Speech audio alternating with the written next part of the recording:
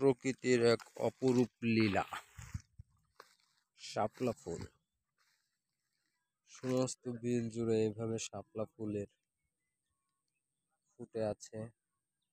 আর দেখেন শাপলা ফুলের পাতার নিচে মাছ কিভাবে নড়াচড়া করছে, সব দেশি প্রজাতির মাছ।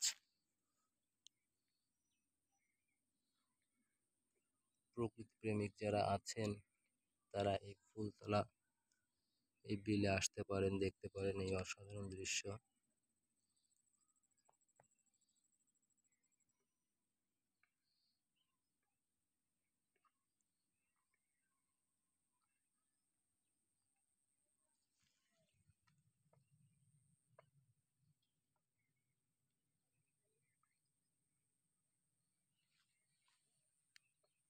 বিভিন্ন প্রজাতির পাখি, তারা নিজ নিজ খাদ্য সংগ্রহ করছে।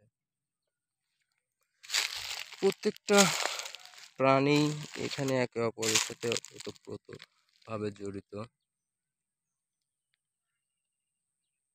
ইকো কালচার সিস্টেম সম্পর্কে যারা জানেন তারা বুঝতে পারবেন।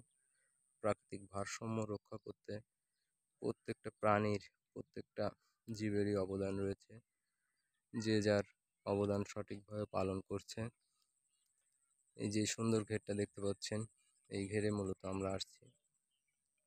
এখানে মাছ চাষ হয়।